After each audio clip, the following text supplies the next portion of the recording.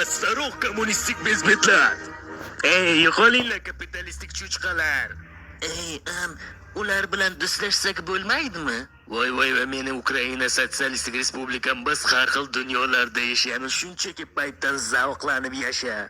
Gaping to'g'ridir. Kelinglar bor narsamizga mazza qilib yashaylik. Ura, SSSR abadiy yashaydi. Xuddi bizni do'stligimiz kabi, gapim to'g'rimi? Ha, to'g'ri. Hurmatli vatandoshlar, Sovet Ittifoqida katta to'ntarish yuz berdi. Sovet qo'shinlari davlatni o'z qo'liga olishga urinishdi. Muvaffaqiyatsiz. Lekin bitta savolimiz ham bor. Sovet Ittifoq davri tugadimi? Adashgan ekanman. Bo'lmasa shunchaki Ukraina bo'la qolay. Ichimda va bozorda ozodlikni his qilyapman-ku. Xullas, vaqt keldi. Shunday bo'lish kerak ekan. Albatta Sovet Ittifoqi. Xavotir olma, qizil yopshoq do'stim.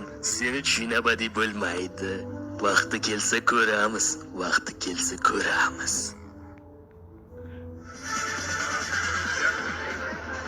O'g'ayni, ya'ni nazarda tutmoqchiman, eski qadrdon do'stim. Ko'rinishi ajoyib. Salom Rossiya. Sen ham judayam ajoyib.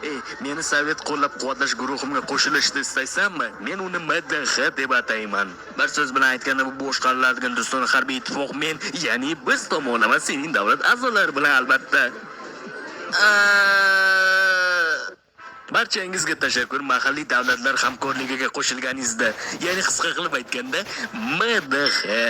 Va kelganing uchun kattakon rahmat. Ukraina a'zo bo'lishni xohlamagan bo'lsang ham farqi yo'q. Har xil holatda kelinglar Amerika nega yomonligi haqida gaplashamiz. Bu ham yomon emas. Ittifoq bo'lingandan so'ng yana do'st bo'lamiz deb o'ylamagandim. Hammasi endi yaxshi bo'ladi. Balo.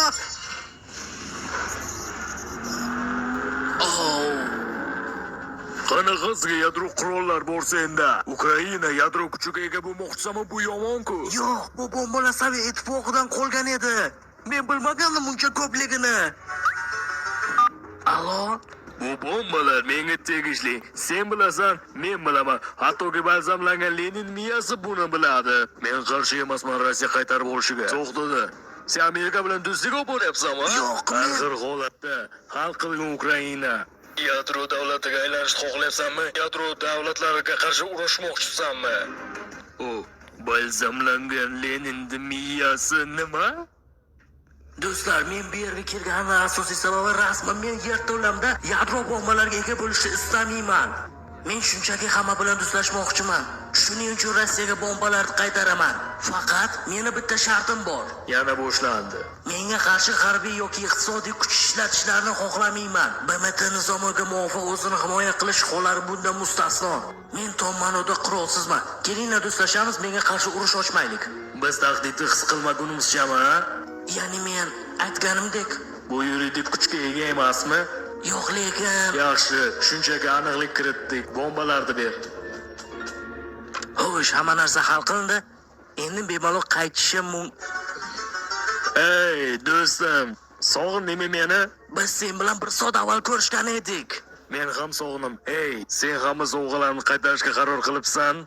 Menga Qrimni qaytara olasanmi? Yo'q, Qrim bizga o'xshab mustaqillikka ovoz bergan edi, tushundingmi? Sen ahmoqona bitimlaring bilan meni bezovta qilyapsan. Tavba, shunaqa ahmoq-e.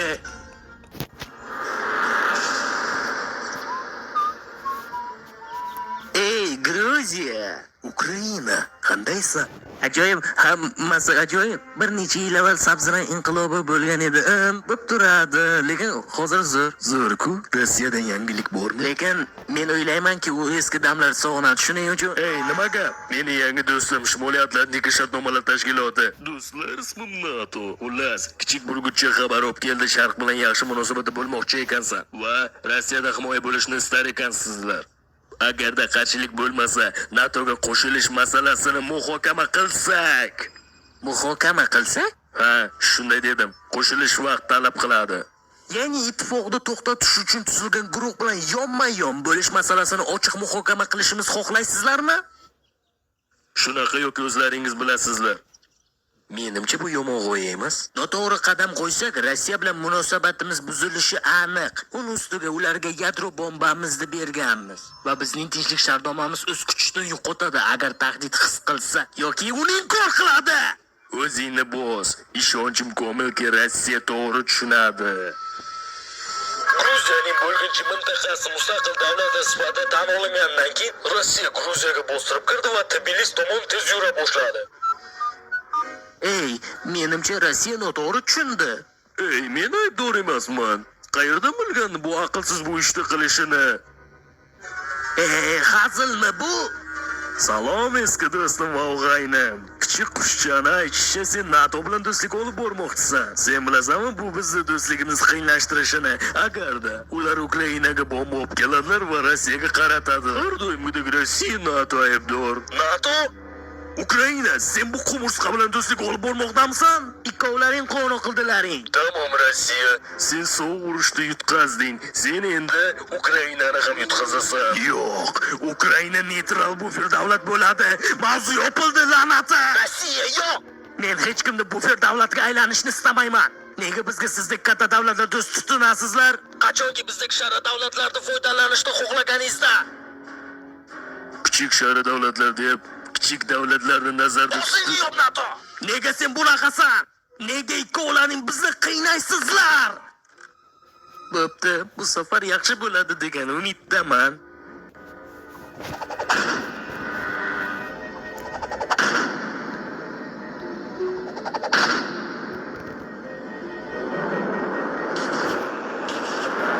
Voy, qanaqa bayram bo'ldi bu yerda.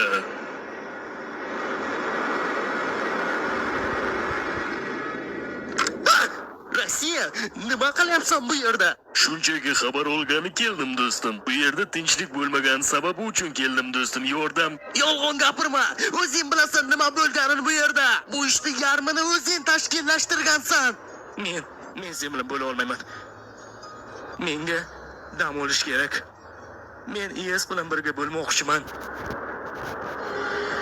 Xo'sh, nimadir degin? Rossiya. Nimadir deysan? Nima qilganingmi? Vani qo'yat, Qrim meniki. Shuning uchun keldingmi? La'nati, bo'ldi. Men senlarning midag'laringdan aniq chiqib ketaman. Og'zingni yopib oxirgi marta gapimni eshitgan.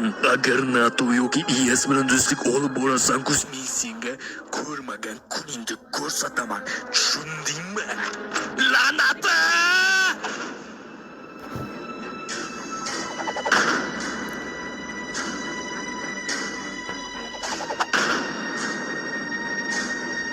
Xullas Ukraina IS bilan birga bo'lmoqda. Bundan tashqari ular bizning tabiiy gaz shartnomalarimizga raqobatchi bo'lishadi. Nima deysizlar agarda u yerga bostirib kirsak? Bu yaxshi fikrmi, janob?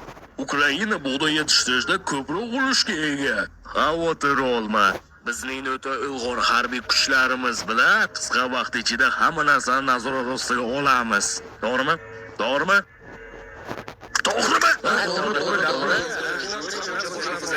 Bundan tashqari menimcha g'arb bizning iqtisodiyotimizni butunlay yo'q qiladigan texnik jihatdan chindan ham qattiq sanksiyalarga ega bo'lmaydi deb o'ylayman. To'g'rimi, bolalar? Askarlar, ishingizni boshlanglar. Paska bo'lgay, paska. Keyingi xabarlarimiz: Rossiya hozirgina Ukrainaga bostirib kirdi va mamlakatni bostirib olishni rejalashtirmoqda. Panapning ittifoqchilari Rossiyaga qarshi qator sanksiyalarni boshladilar. Lekin nega? Bilmadim. Siz bilan bizning hayotimizni buzadigan geosiyosiy muammo ekan. Xo'sh, men seni yoqtirmasligim kerak, lekin ehtiyot bo'lgin. Men ham sizlarni aybdor deb hisoblashim kerak bo'layotgan voqeaga, lekin rahmat.